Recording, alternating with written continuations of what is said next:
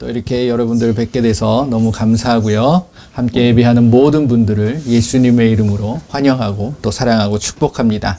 이 시간에 살아계신 그 예수님만을 예배하며 예수님께서 주시는 귀한 은혜와 평강이 모든 분들에게 임하실 귀한 말씀을 같이 나눌 텐데요. 이 말씀은 어디로 들어가야 된다고요?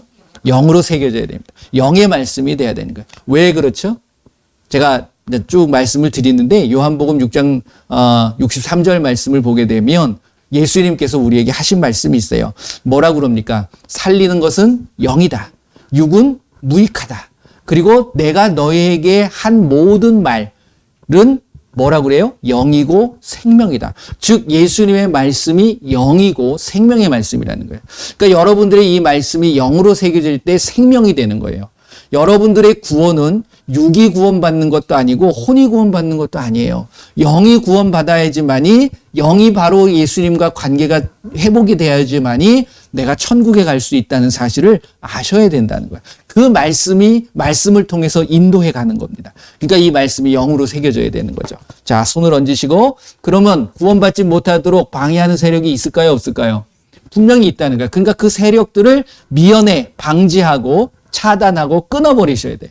그래서 예수님의 이름으로 이 말씀을 듣지 못하게 만들고 말씀을 깨닫지 못하게 방해하는 악하고 더러운 귀신들은 예수님의 이름으로 떠나갈지어다. 차단되어질지어다. 그럼 누가 깨닫게 해주시죠? 예수님께서, 즉 성령께서 깨닫게 해주시는 거예요. 요한복음 14장 26절 말씀 보게 되면 예수님께서 보내신, 예수님이 올라가신 다음에 오시는 성령이 예수님의 모든 것들을 가르쳐 주시고 하신 말씀들을 생각나게 하시는 거예요.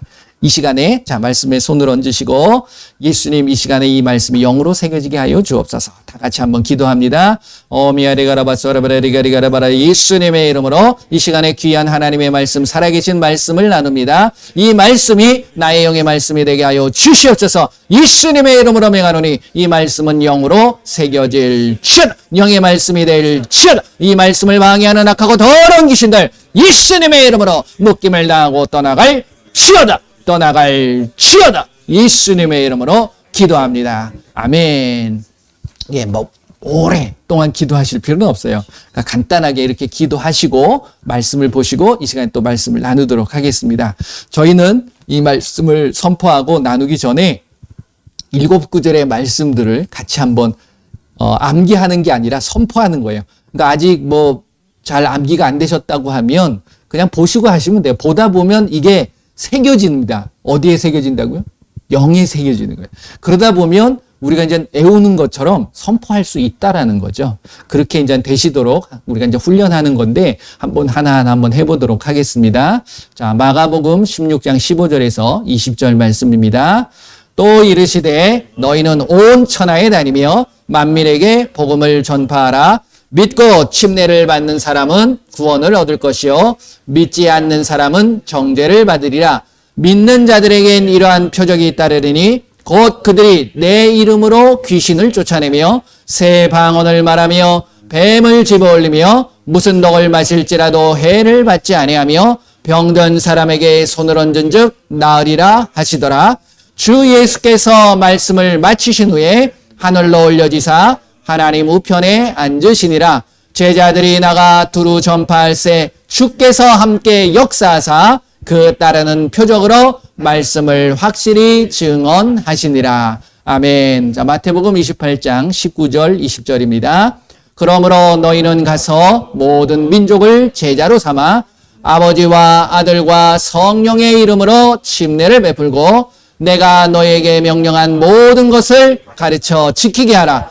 볼지어다 내가 세상 끝날까지 너희와 항상 함께 있으리라 하시니라. 아멘. 자, 사도행전 1장 8절 말씀입니다.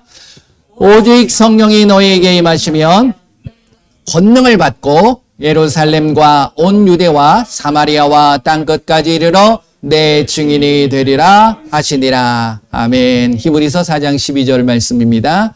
하나님의 말씀은 살아있고 활력이 있어 좌우에 날선 어떤 검보다도 예리하여 혼과 영과 및 관절과 골수를 찔러 쪼개기까지 하며 또 마음의 생각과 뜻을 판단하나니. 아멘. 에베소서 6장 17절 말씀입니다.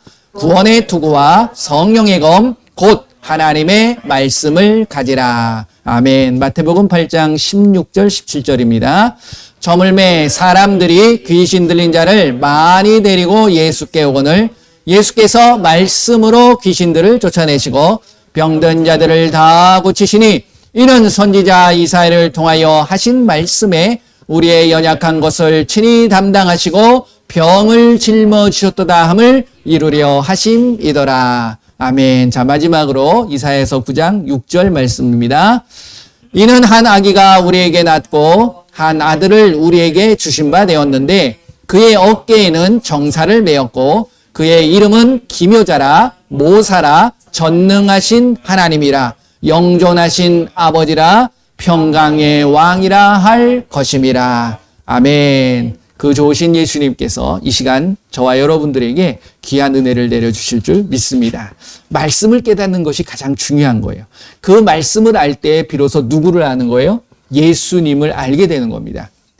제가 지금 거의 한 달 동안은 그 말씀을 계속 드리고 있는 것 같아요. 지금 이 시대를 살아가고 있을 때 결국 하나님께서 계획하신 것을 계획을 이 말씀을 통해서 다 말씀해 주고 계셨다는 거죠. 그것이 그 전에 있었던 모든 일들 하나님께서 이루시고자 했던 모든 말씀들이 이루어졌었나요? 안 이루어졌었나요? 다 이루어지고 있다라는 거죠. 지금 창세기서부터 요한계시록의 66권의 말씀들 중에 65권의 말씀은 다 이루어진 거예요. 어떻게 보면. 그리고 한 권의 말씀이 지금 이루어져 가고 있는 거고 또 이루어질 일들이라는 거죠. 그게 바로 뭐예요? 계시록의 말씀이다. 근데 계시록뿐만이 아니라 계시록에만 적혀 있는 게 아니고요. 구약 시대에도 그 계시록의 말씀들이 동일하게 선지자들을 통하여서 말씀해 놓고 계셨던 부분들이 있어요. 그러니까 다니엘이나 에스겔이나 스가랴나 이런 선지자들을 통해서 말씀해 놓으셨다는 거죠. 그것을 제가 이제 전번에 일전에 그런 말씀들을 드리기 시작했습니다. 그게 맨 처음에 뭐였죠? 다니엘에게 하나님께서 약속하신 이 세상은 그러니까 그게 하나님께서 태초에서부터 시작되어지는 건 아니에요. 이것이 이제 이스라엘 백성들이 하나님의 말씀을 어기다 보니까 하나님께서 벌을 주셨죠.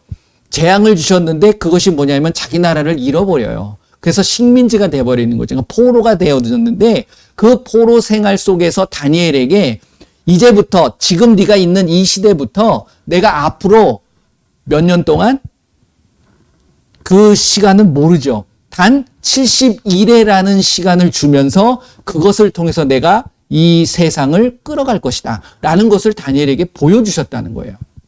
그게 70일이라는 거잖아요. 그래서 이루어진 것은 69일에는 이루어졌습니다. 지금 한 일에만 남아있다는 거예요. 그것이 어디에 나오냐면 바로 계시록의 말씀이다.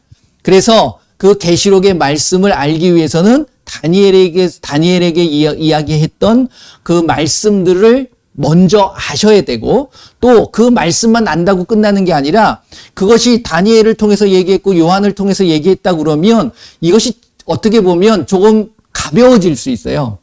왜 그러냐면 하나님의 말씀이긴 하지만 그것을 증명해 줄 수 있는 확증을 줄 수 있는 것이 필요하다는 거예요. 그게 뭐냐면 곧 하나님이 직접 오셔서 그 부분을 확증을 시켜주십니다. 그게 누구예요? 예수님이 마태복음 24장, 25장을 통해 가지고서 다니엘이 이야기했던 부분을 확정을 시켜주시고 그 다음에 이제 계시록의 말씀이 이루어질 것을 이야기해 주셨다라는 거예요. 그래서 여러분들이 이 말씀을 통해서 지금은 우리 시대에 일어날 일들에 대한 부분을 말씀을 드리는 거예요. 그것을 알기 위해선 꼭 읽으셔야 될 게 다니엘서 말씀을 꼭 읽으셔야 되고 그 다음에 마태복음 24장, 25장을 꼭 읽으셔야 되고 그 다음에 요한계시록의 말씀을 읽으시면 어느 정도는 여러분들이 이 세상이 어떻게 가야 되는구나, 어떤 일들이 벌어지고 있는구나, 그리고 말씀을 통해서 이루어지고 있는구나를 아실 수 있다 없다? 있다라는 거예요. 그러니까 지금 여러분들이 지금 세계 정세를 보게 되면 전 세계에서 많은 일들이 일어납니다. 그런 일들이 하나님께서 허락하지 않으면 안 되는 일들이라는 사실을 여러분들이 아셔야 돼요. 그러니까 하나님의 계획 속에 결국 모든 사람들은 발맞춰서 나가는 거예요. 자기네들이 이루는 것 같지만 다 하나님께서 미리 계획해 놓으셨고 그것을 끌어가고 있는 사실입니다. 그렇기 때문에 여러분들이 무엇 할 수 있어요? 그걸 알게 된다고 그러면 여러분들이 어떻게 할 수 있어요? 준비할 수 있죠. 그리고 이게 이렇게 되는구나. 예수님께서 또 이렇게 하실 거구나. 그거를 깨달아서 여러분들이 무언가를 대비할 수 있고 준비할 수 있다라는 거예요. 그것을 주신 것이 놀라운 축복 아니겠습니까? 그리고 제가 그 말씀을 드렸습니다. 이러한 보게 되면 굉장히 큰 환난들과 어려움들 그런 것들이 많아요. 구약을 통해서도 이스라엘 백성들이 잘못했으니까 그런 어려움들을 당하는데 애굽에도 잡혀가고 그러잖아요. 이집트로 잡혀갔을 때 그런데 여러분들이 거기서 이 말씀을 통해서 하나 잊어버리지 마셔야 될 것이 무엇이냐면 하나님의 말씀은 우리에게 불안감을 조성하고 두려움을 주고 걱정하게 만드시는 것이 결코 아니다라는 거예요. 그러니까 이집트에 내려졌던 재앙들, 여러분들 10개의 재앙이라고 그러잖아요. 10가지의 재앙이 믿는 사람들한테는 재앙이 아니에요. 그렇죠? 이집트 사람들한테는 재앙인 거야. 그렇잖아요. 그런데 그 시대에 함께 있었던 유대인들, 하나님을 아는 자들은 재앙입니까? 뭡니까? 축복이에요. 왜? 거기서 빼내기 위한 하나님의 플랜, 계획이기 때문에 그것을 두려워할 필요 없어요. 왜? 하나님을 믿는 자들에게는 머리털 하나 상하지 않게 하나님 보호하십니다. 할렐루야. 그렇죠. 그렇기 때문에 이 말씀을 통해서 여러분들이 혹시 두려움이 들어온다 그러면 제가 뭐라고 그랬어요? 그 두려움은 하나님이 주시는 것이 아니다. 누가 주는 거예요? 마귀가 주는 거예요. 귀신들이 나한테 역사하는 거야. 그러므로 인해서 두려움 때문에 요한계시록의 말씀을 읽기가 두려워지는 거야. 이런 경우들이 있거든요. 그러니까 여러분들이 그런 생각들을 버리셔야 되고 이것은 축복의 말씀이고 나한테 평안을 주시는 거예요. 그래서 제가 요한계시록의 말씀 이제 들어가면서 요한계시록에서 중요한 것이 있다. 먼저 아셔야 될 것이 있다라는 것을 제가 지난번에 말씀을 드렸어요. 기억나시는지 모르겠습니다. 3가지가 있다. 첫 번째는 뭐라고요? 때. 두 번째는 내용. 세 번째는 대상이 뭐냐. 이것을 여러분들이 잊어서는 안 된다. 그래서 때는 언제라고요? 이게 과거의 때가 아니라는 거예요. 지금 일어나고 있는 것이고 앞으로 일어날 일에 대한 부분이라는 것을 정확하게 아셔야 되고 두 번째 내용은 뭐예요? 이것이 실질적으로 일어나고 있는 것이라는 사실을 알아셔야 돼요. 그 내용이 이것을 영적으로 상징적으로만 풀어가서는 안 된다. 그것이 있긴 하지만 그 모든 부분으로 몰아가서는 안 된다라는 거예요. 그러니까 우리 앞에 확실하게 일어나고 있는 일들이라는 것을 아셔야 되고 그 다음에 대상, 누구를 향해서 이야기하는 거냐? 이거는 믿는 자들에게 하는 이야기다라는 말씀을 드렸던 겁니다. 자, 그렇게 되면 이 계시록의 말씀에서 우리가 중요하게 가져야 될 것이 뭐냐면 핵심적인 3가지의 열쇠, 그러니까 그것을 풀어가는 키에 대한 부분을 말씀을 드렸고 여기서 계시록에서 이야기하고 있는 가장 큰 핵심을 여러분들이 아셔야 돼요. 계시록의 말씀을 요한을 통해서 예수님이 하신 이유는 무엇일까요? 왜 계시록의 말씀을 우리에게 주셨을까요? 뭐 하라고? 여러분들 어떻게 생각하세요? 준비하는 것도 있지만 여러분들이 준비하실 건 솔직히 없어요.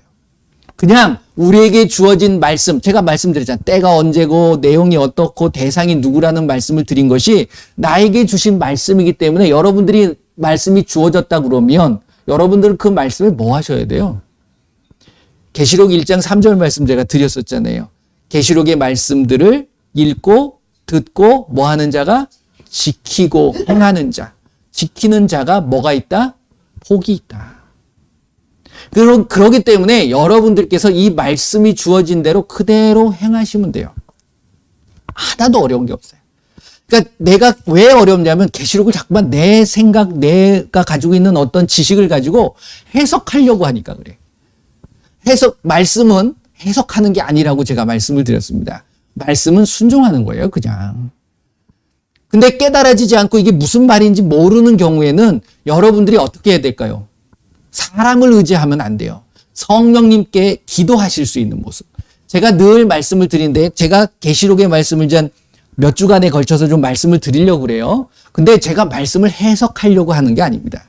여러분들이 어떤 관점에서 계시록을 보셔야 되느냐 이걸 알려드리려고 하는 겁니다. 그러면 여러분들이 스스로 계시록을 읽으면서 깨달아질까요? 안 깨달아질까요? 깨달아지실 수 있게 만들어드리는 게 중요한 거예요. 그건 이제 더 나아가서 플러스 알파가 있는데 그게 뭐냐면 성령님께서 여러분들에게 분명히 알게 해주시고 깨닫게 해주실 거라고 저는 확신합니다. 분명히 예수님께서 말씀하셨잖아요. 요한복음 14장 26절 다시 말씀드리지만 보혜사 아버지께서 내 이름으로 보내서 예수님께서 하신 말씀이에요. 그 성령이 우리에게 오시면 성령께서 모든 것들을 가르쳐 주시겠다고 그랬어요. 그리고 예수님이 하신 모든 말씀들을 어떻게 하신다고요? 생각나게 한다는 것은 무엇이냐면 깨닫게 해주신다는 거예요. 그것을 여러분들이 스스로 경험하셔야 되는 거예요. 그래서 제가 일일이 다 풀어가게 되면 저도 저 나름대로 생각이 있잖아요. 계시록에 대한 생각들이 있지만 그걸 제가 풀어버리면 여러분들은 제 생각에 들어올 수밖에 없다는 거예요. 그러니까 내 사람의 생각으로 가서는 안 되고 누구의 생각이 중요합니까? 예수님의 생각이 중요하다는 거죠. 그래서 그 큰 틀에 대한 부분을 말씀을 드리려고 합니다. 그래서 이 계시록을 읽을 때는 세 가지를 늘 유념하셔야 되고 또 하나 굉장히 중요한 포인트가 있는데 이게 무엇이냐면 계시록의 말씀은요. 모든 창세기부터 요한계시록의 모든 말씀이 동일하지만 특별히 계시록의 말씀은 믿는 자들은 절대로 걱정하거나 근심하거나 두려워하지 말라라는 말씀이에요. 즉 예수님께서 믿는 자들은 보호해 주시겠다라는 말씀이 깔려 있는 겁니다. 이게. 근데 계시록의 핵심은 뭐죠? 환난이에요. 대환난입니다. 이게 나머지 71회 중에 하나에 남은 한 일회 7년 대환난. 여러분들 아시는 거잖아요. 그렇죠? 그 42달 한때 두때 반때 이것이 반복되어지는 그 3년 반 3년 반 전후반으로 나누어지는 이 7년의 대환난들이 나타나는데 우리는 그 환난만을 보게 되면 두려워하는 거예요. 전쟁이 일어나면 어떡하지? 걱정하지 마세요. 여러분들이 어떠한 환난이 오고 어떠한 재앙이 온다 할지라도 애굽에서 이스라엘 백성을 보호하셨던 것처럼 그것이 이게 연결되어지는 거예요. 항상 말씀은 짝이 있습니다. 그리고 잃어버렸던 것은 하나님께서 어떻게 하신다고 그랬어요? 반드시 찾으세요. 반드시 회복시킵니다. 그것을 여러분들이 생각하시고 계셔야 되는 거야. 그러니까 동일한 말씀들이 계속 반복되어지고 있는 것을 발견할 수 있습니다. 왜 강조할까요? 그런 부분들을. 이때도 한 번 했고 이때도 한 번 했고 이때도 한 번 했다라는 사실은 여러분들이 걱정하실까 봐 내가 이렇게 너희들을 보호한 것처럼 또 보호했잖아. 내가 지켰잖아. 걱정하지 말라는 거예요. 그러니까 계시록의 핵심은 결국 무엇을 이루어가는 거죠? 천국에 대한 부분이거든요. 그러니까 이게 구원의 완성을 하는 거예요. 근데 구원의 완성은 구원받은 자는 누가 구원받아요? 믿는 자들이 구원받는 거예요. 그러니까 예수님께서 믿는 자들은 틀림없이 확실하게 뭐 해주시겠다? 보호해 주시겠다. 이것이 계시록에 깔려있는 가장 핵심이라는 겁니다. 또 하나 그 핵심인데 왜 환난이 일어났냐 이걸 아셔야 돼. 아니 내가 믿는 자들에게는 그러면은 상관없다 라고 예수님께서 말씀하시고 전혀 개의치 말고 가야 되느냐? 그건 아니에요. 우리가 분명히 알고 내가 행동해야 되는 부분에 대한 부분을 말씀하고 계시다는 거예요. 그러니까 계시록을 읽을 때 가장 핵심은 예수님께서 구원을 이루시고 믿는 자들을 보호하시는 거다라는 것을 잊으셔는 안 되시고, 그래서 마태복음 24장을 보게 되면 구원받을 자들에게 이 7년의 대환란이 너무너무 힘들고 어렵기 때문에 뭐 하신다고 하셨어요? 감해 주신다고 했어요. 그러니까 시간이 7년이 가는 게 아니야. 원래 한 일회를 하나님께서 계획하셨지만 믿는 자들을 위해서 감해 주시겠다. 그 말씀입니다. 그러니까 그것은 제가 잠깐 말씀도 드리긴 했는데 이게 다니엘서 12장에 나오는 말씀이에요. 그래서 우리가 3년 반의 시간이 지나고 3년 반이 지난 다음에 결국 75일이라는 시간이 지나면 이제 예수님께서 뭔가 확실하게 나타내는 부분을 다니엘을 통해서 말씀해 놓으신 거고, 그것을 마태복음 24장에 예수님께서 확실하게 해 놓으신 거예요. 그리고 이 계시록의 말씀을 보게 되면 그러한 일들이 실질적으로 일어날 것을 예언해 놓고 계시다는 거죠. 그런데 그 일들이 왜 일어나느냐? 누가 그렇게 일을 일어나게 만드느냐? 누구 때문일까요? 바로 적그리스도라는 대상이에요. 결국 마귀는 직접적으로 하지 않습니다. 마귀는 창세기 때부터 나타나가지고서 지금까지도 끊임없이 역사하고 있는 놈이에요. 그렇죠? 그런데 그것이 종말의 때, 그것이 마칠 때가 있다. 그게 이제 계시록의 말씀이거든요. 그렇기 때문에 우리가 분명히 알아야 될 게 계시록을 통해서 누가 발견돼야 되냐면, 누구를 볼 수 있어야 되냐면 적그리스도를 볼 수 있어야 돼요.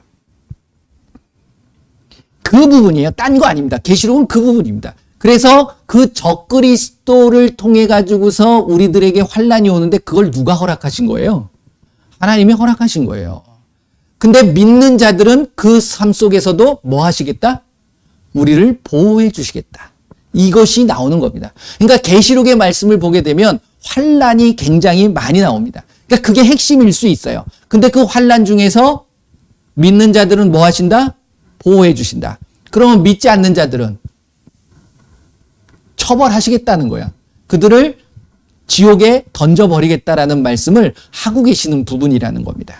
자, 이 부분을 정확하게 가시시고 읽으시게 되면 결국 계시록의 부분은 세 부분으로 나눠집니다. 근데 세 부분으로 나누어지는데 오늘은 여기까지만 할게요. 주제가 있어요. 계시록을 보게 되면 테마가 있다는 거야. 그 테마대로 하나님은 말씀하시는데 요거는 뭐 제가 읽으면서 제가 생각하고 있는 부분이에요. 근데 이제 여러분들이 그걸 한번 생각하시면서 읽으시면 훨씬 편하시기 때문에 그 부분을 좀 알려드리려고 합니다. 뭐냐면 10가지의 주제들이 있어요.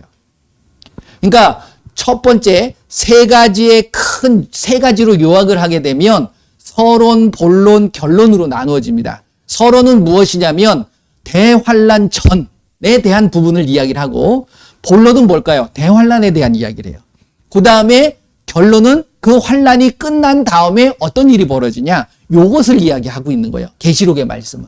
그런데 그 먼저 서론적인 부분에서도 주제가 나오는데 세 가지의 주제가 나와요. 그 다음에 본론적인 부분, 대환란에 대한 부분에서도 5가지의 주제들이 나옵니다. 결국은. 그 다음에 나머지 결론적인 부분에서는 2가지의 주제를 이야기를 하고 있는 거예요. 그러니까 환란 후에 나오는. 그러니까 요 부분을 여러분들이 생각을 하시고서 읽으시면서 요게 여기에 맞는 거구나라는 것을 생각하신다 그러면 훨씬 더 쉽게 계시록의 말씀을 읽으실 수 있다라는 거예요. 그래서 그 10가지의 주제에 대한 부분을 제가 조금 말씀을 드리려고 합니다. 그래서 서론에 3가지의 주제가 있는데 3가지의 주제는 무엇이냐면 첫 번째는 계시록 1장에 나와 있는 부분이에요. 근데 계시록 1장에만 나오는 게 아니라 이게 17장에도 동일하게 나옵니다. 그래서 제가 구절을 말씀은 안 드리는데 대표적으로 그냥 장만 말씀을 드릴게요. 그래서 그 계시록을 통해서 처음에 들어갈 때 계시록의 말씀을 읽을 때 우리들한테 벌이 임하는 게 아니라 복이 임한다라는 이야기를 하고 계신 거야. 그러니까 계시록의 축복에 대한 말씀을 하고 계세요. 이것이 1장에 나오는 이야기입니다. 무슨 축복을 준다고 그랬어요? 읽는 자, 듣는 자, 지키는 자가 복이 있다. 이 말씀을 하시는 것처럼 그 다음에 계시록의 구조에 대한 부분을 이야기를 해요. 계시록의 구조는 이런 부분이 있다라고 이야기를 합니다. 그게 바로 계시록 1장 19절에 나오는 말씀이에요. 19절에 한번 보실까요? 자, 계시록을 한번 펴보시고 계시록 1장 19절 말씀 보시면 자, 읽어봅니다. 시작. 그러므로 내가 본 것과 지금 있는 일과 장차 될 일을 기록하라. 그죠? 계시록의 구조가 나오는 거야. 네가 본 것, 이거는 뭐죠? 과거죠. 그러니까 전에 네가 봤던 것들, 그것들을 기록하는 거예요. 그러니까 계시록 1장을 보게 되면 2장을 보게 되면 그 부분이 나오는 거예요. 그 다음에 3장으로 넘어가게 되면 지금 있는 일과 장차 될 일에 대한 3장 이후에는 그 부분이 나오는 거예요. 그러니까 7교회도 이것이 에베소 교회에서부터 빌라델비아 라오디게아 교회까지의 모든 이야기를 할 때 이것이 지금 우리가 볼 때에는 옛날의 교회처럼 보여질 수 있지만 그것만을 이야기한 것이 아니라 앞으로 일어날 일에 대한 부분을 그 교회를 통해서 말씀해 주고 있는 것을 우리가 볼 수 있다는 거죠. 그러니까 이 계시록 1장을 통해서 무엇을 보냐면 계시록의 축복을 이야기를 하시는 거고 그 다음에 계시록의 구조에 대한 부분을 말씀하고 계시다는 거예요. 그래서 과거, 현재, 미래가 동시에 존재하는 것. 하지만 아까 제가 맨 처음에 계시록을 볼 때 세 가지의 키가 있다라고 말씀을 드렸잖아요. 그래서 때라는 것이 우리가 과거를 자꾸만 돌아가서는 안 된다. 그러니까 모든 것들을 과거로 보면 안 된다. 뭐라고 그랬습니까? 현재, 직접 지금 일어나고 있는 현재서부터의 앞으로 일어날 일에 대한 부분이라는 것을 우리가 아셔야 된다는 거죠. 자, 그런 부분이고, 그 다음에 2장, 3장을 보게 되면, 이게 서론적인 부분이에요. 그러니까 환란이 일어나기 전의 모습인데, 2장, 3장을 보게 되면, 이때에 신약시대, 예수님이 오시고 나서 이후의 시대잖아요. 그것을 에베소, 버가모, 두아디라, 사대, 빌라델비아, 라오디게아, 에베소, 두아디라. 그 다음에 빌라델비아, 라오디게아. 맞죠? 에서버두, 사빌라. 에베소, 서머나, 버가모, 두아디라, 사대, 빌라델비아, 라오디게아. 그렇죠? 빠진 거 없죠?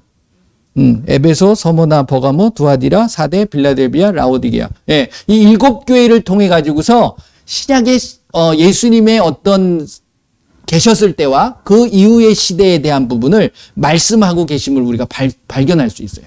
요거는 제가 이제 나중에 말씀을 드리기로 하고, 그러니까 2장, 3장을 통해서 우리는 무슨 시대를 볼 수 있냐면 요한의 이후의 시대를 우리가 읽을 수 있다라는 거예요.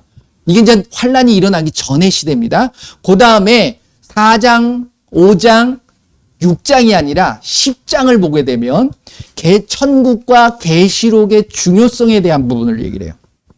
그러니까 계시록은 천국에 대한 이야기거든요. 아까 제가 말씀드린 것처럼 계시록의 핵심은 뭘 이룬다고요? 구원을 이루어가는 거예요. 그리고 예수님께서 믿는 자들을 보호해 주신다. 이 말씀을 하고 있는데 4장, 5장, 10장이 이 계시록은요, 어려운 게 뭐냐면 순서대로 가지 않아요. 1장 다음에 2장이 이루어지고 3장이 이루어지고 이렇게 가는 것이 아니라 순서를 섞어놨어요. 그러니까 더 어려운 거예요. 그러니까 5장 다음에 6장의 모습이 나타나야 되는데 6장의 모습을 다른 장에다가 적어놨어요. 그렇다고 해서 6장이 이루어지는 게 아니라 그러니까 이게 순서가 좀 뒤바뀌어져 있는 부분이 계시록을 읽다 보면 나타납니다. 읽으시면서 그걸 발견하셨는지 모르겠습니다. 그런 부분들이 있어요. 그래서 이 계시록의 중요성에 대한 부분을 뭐라고 이야기하냐면 4장을 통해서는 무슨 이야기를 하냐면 천국의 모습을 보여줍니다. 그 다음에 5장을 통해서 천국과 계시록의 중요성에 대한 부분을 얘기해요. 그러니까 요건 이제 자세한 거는 나중에 이제 나누면서 제가 좀 말씀을 드릴 겁니다. 그 다음에 10장을 보게 되면 요 부분이 또 나와요. 계시록의 중요성에 대한 부분이. 그렇기 때문에 이 천국과 계시록의 중요성을 알기 위해서는 4장, 5장, 10장을 읽으셔야 된다라는 말씀을 드리는 겁니다. 요게 서론적인 부분이에요. 그래서 환란 전에 내가 무언가를 정확하게 알고 계셔야 될 부분에 대한 부분을 말씀을 하시고, 그 다음에 이제 본론으로 들어가게 되면 뭐가 나타나는 거예요? 환란이 일어나는 거죠. 환란이 일어나는데 여기서 보게 되면 세 가지의 환란이 이제 나타납니다. 세 종류의. 첫 번째는 두 번째는 나팔, 그 다음에 대적. 이게 나오잖아요. 이것도 결국 순서가 6장, 7장, 8장 이렇게 나가는 게 아니에요. 네. 순서는 나팔, 대접을 띠는데 이게 왜 그러냐면 대환란과 심판에 대한 부분이잖아요. 이것도 제가 아까 말씀드린 것처럼 많은 사람들이 볼 때는 재앙이나 환란으로 여겨질 수 있지만 믿는 자들에겐 환란이냐 재앙이냐 아니에요. 이것은 축복이고 예수님의 보호하심이에요. 그것을 통해서 믿는 자들은 보호하시겠다라는 말씀을 하고 계시는 거예요. 그러니까 여러분들이 그걸 잊으시면은 두려움에 떠는 거예요. 내가 어떻게 해야 되지? 아니에요. 여러분들은 그냥 하시는 대로 하시면 돼. 이것이 나중에 이제 19장 말씀을 보게 되면 신부에 대한 이야기가 나옵니다. 그렇죠? 신부가 되기 위해서는 뭘 해야 된다고 그래요? 신부의 옷을 입는 게 중요하잖아요. 그게 이제 준비되어지는 건데 신부 단장인데 그 신부 단장을 하기 위해서는 꼭 필요한 게 있어요. 뭐죠? 옳은 일을 해야 되는 거예요. 그 옳은 일이 무엇이냐? 그게 바로 예수님을 믿고 우리가 이제 계속해서 선포하고 말씀을 나눴던 부분들, 예수님이 하라고 하신 일이 무엇인가를 아셔야 된다는 거죠. 그 일을 하는 자들에겐 하나님께서 이게 이제 마태복음 25장에 나오는 이야기예요. 이게 신부의 모습이에요. 마태복음 25장 첫 장 딱 들어갔을 때 무슨 얘기 나오죠? 열처녀에 대한 얘기 나오잖아요. 신랑을 준비하는 신부의 모습을 보여주는 거예요. 그 다음에 두 번째 비유를 보게 되면 뭐가 나와요? 달란트. 우리에게 각자의 재능들을 주셨는데 그 재능을 그냥 썩혀버리면 안 되는 거야. 땅에 묻어버리면 안 되는 거예요. 그게 주어진 재능이, 그게 뭐냐면 하나님께서 우리에게 주신 일이라는 거죠. 그 양식이 되어지는 거고, 그 하나님의 일이 되어지는 거죠. 먼저 그의 나라와 그의 의를 구하라. 그러면 그 나라가 나에게 무엇을 원하고 계시고, 무슨 의를 구하여야 되느냐? 이거라는 거예요. 그래서 계시록 21장을 보게 되면, 19장을 보게 되면, 19장 7절, 8절에 나오는 말씀입니다. 그럼 보게 되면, 신부로서 준비되어질 때 옳은 일을 하는 자에게 세마포를 입혀주게 돼 있는 거예요. 이 부분을 이야기를 하는 겁니다. 이해가 되시나요? 그리고 나서 25장 세 번째 비유, 마지막 비유가 뭐예요? 양과 염소의 비유예요. 양과 염소의 비유가 뭐죠? 왜 양과 염소로 나눠지느냐? 예수님의 모습을 통해서 예수님을 섬기는 것처럼 가난한 자, 어려운 자, 그리고 정말 예수님을 알기를 원하는 이러한 자들을 내가 사랑으로 섬길 수 있는 사랑의 모습이에요, 결국. 그러니까 그거 하지 않으면 내가 결국 양이 됩니까? 염소가 됩니까? 염소가 되는 자들은 마귀와 그의 사자들에게 예비한 불못에 들어갈 수밖에 없다. 이 이야기를 예수님께서 하고 계시는 모습을 이제 환란을 통해서 계시록을 통해서 말씀하고 계시는 거예요. 인이 띄어지면 뭐가 되고 누가 나타나죠. 막 말이 나타나고 그다음에 나팔을 불게 되면 땅 이런 것들이 막 난리가 나고 그다음에 대접을 피면은 이제는 막 종기가 생기고 이런 것들이 이제 나타나는 거예요.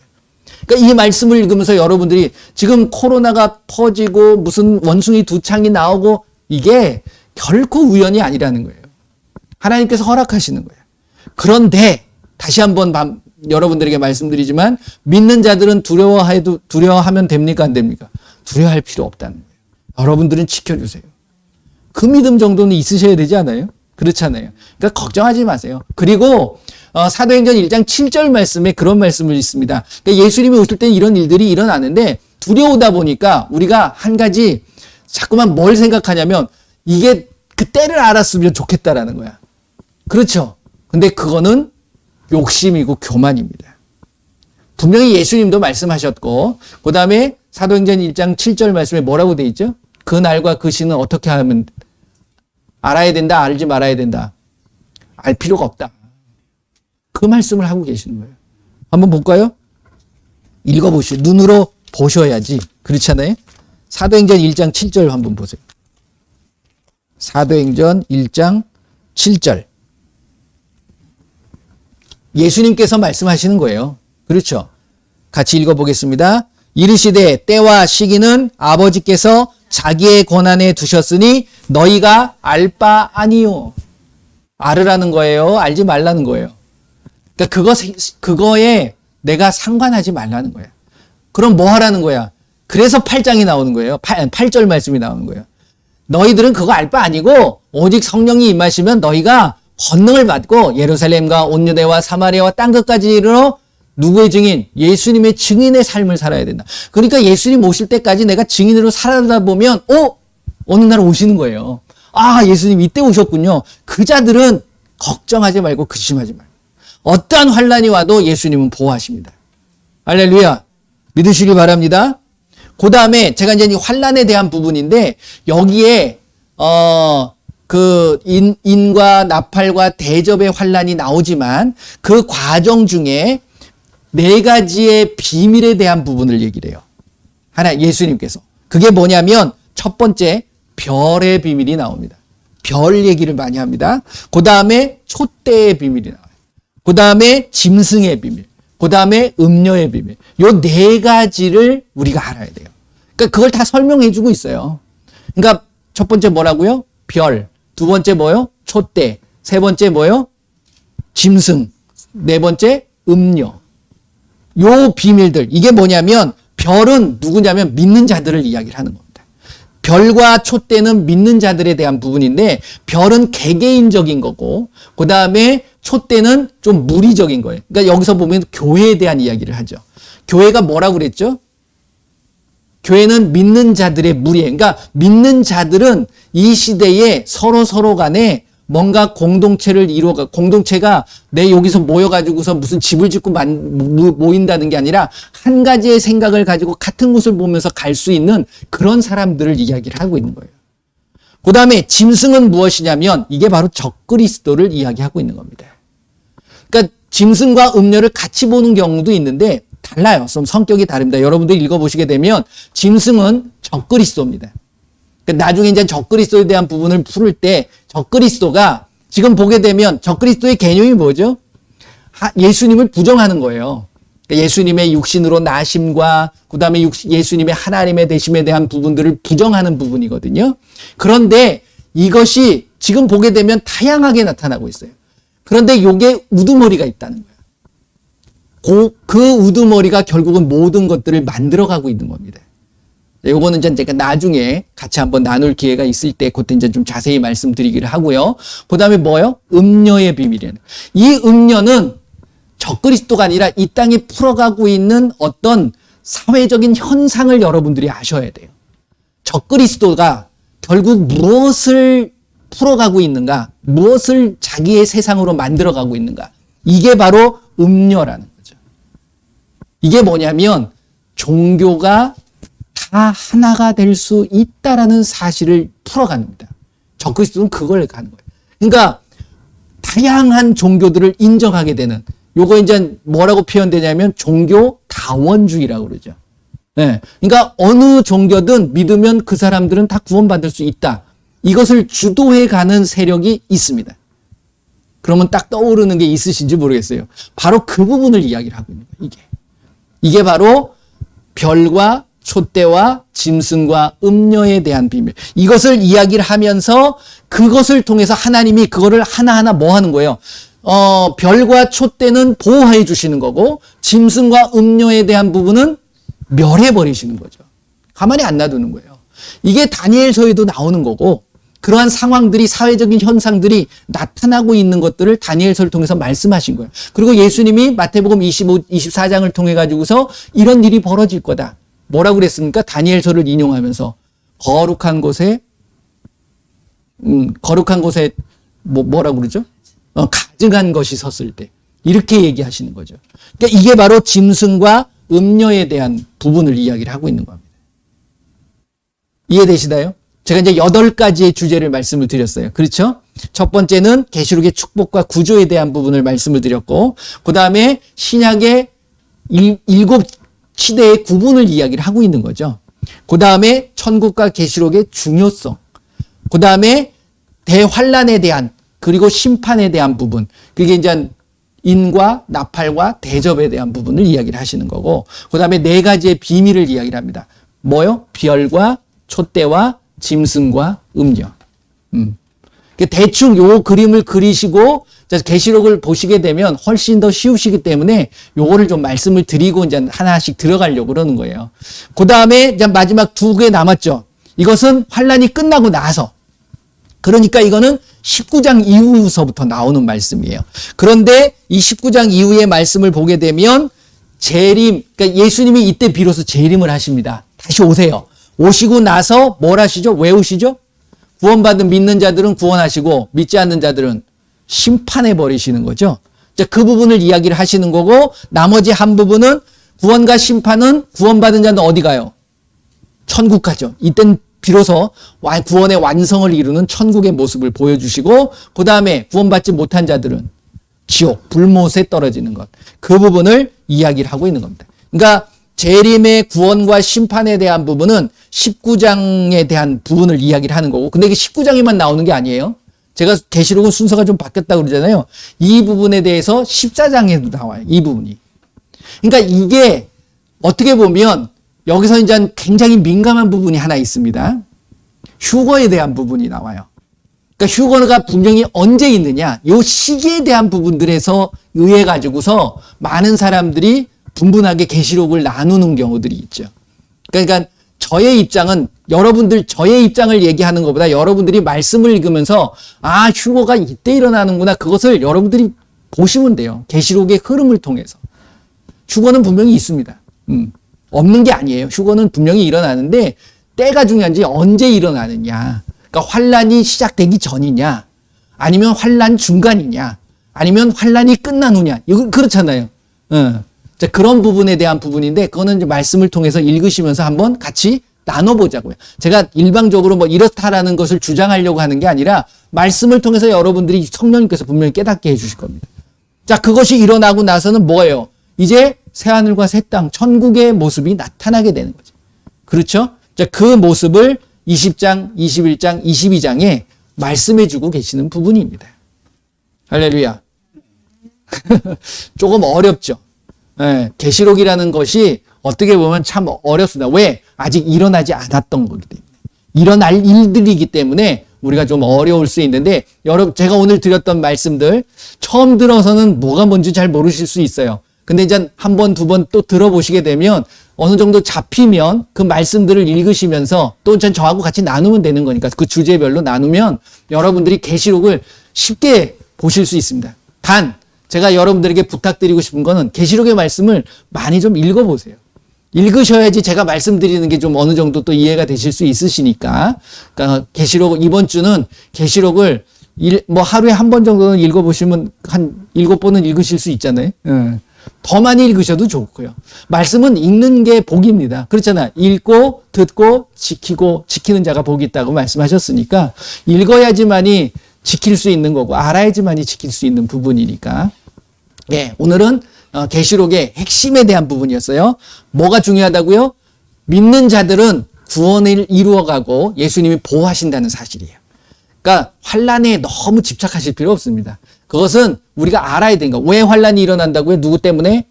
그 짐승과 음녀 때문에 일어나는 거예요. 결국은. 근데 여러분들이 짐승이 아니고 음녀가 아니면 상관없는 거야. 여러분들은 별이고 촛대가 되시기를 바랍니다. 예. 그래서 계시록의 말씀은 우리에게 소망의 말씀이고 축복의 말씀인 것을 여러분들이 아시기를 바랍니다. 예. 이 시간 함께 기도하겠습니다.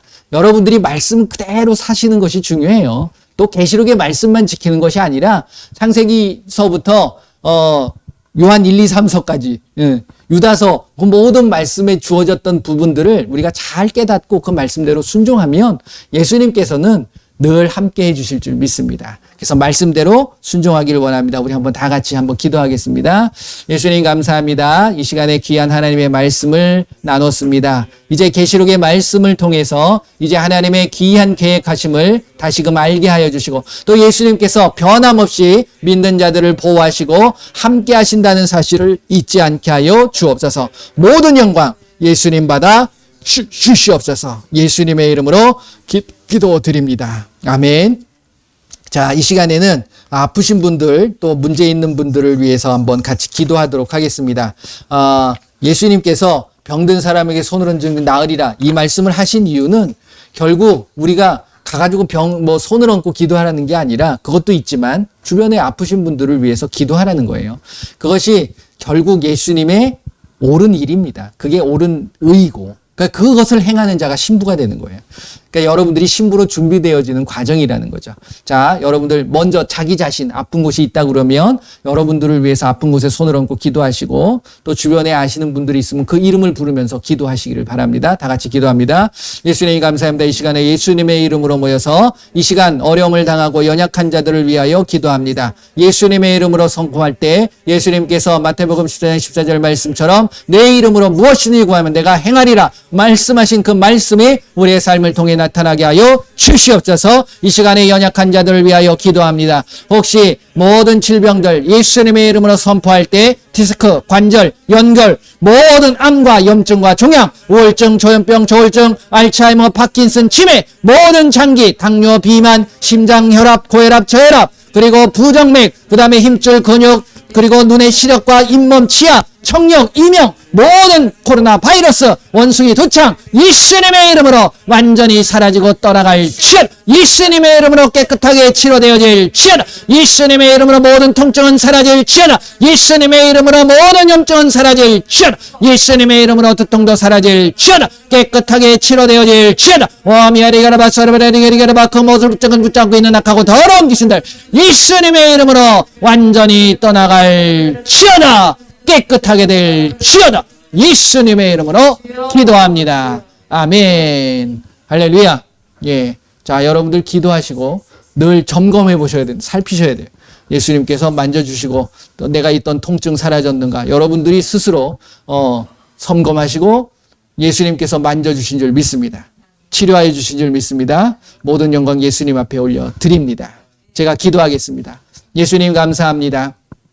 예수님께서는 믿는 자들에게 예수님이 하는 모든 일들을 숨기고 가는 것이 아니라 모든 것들을 알려주시고 말씀하고 계심을 저희들은 믿습니다.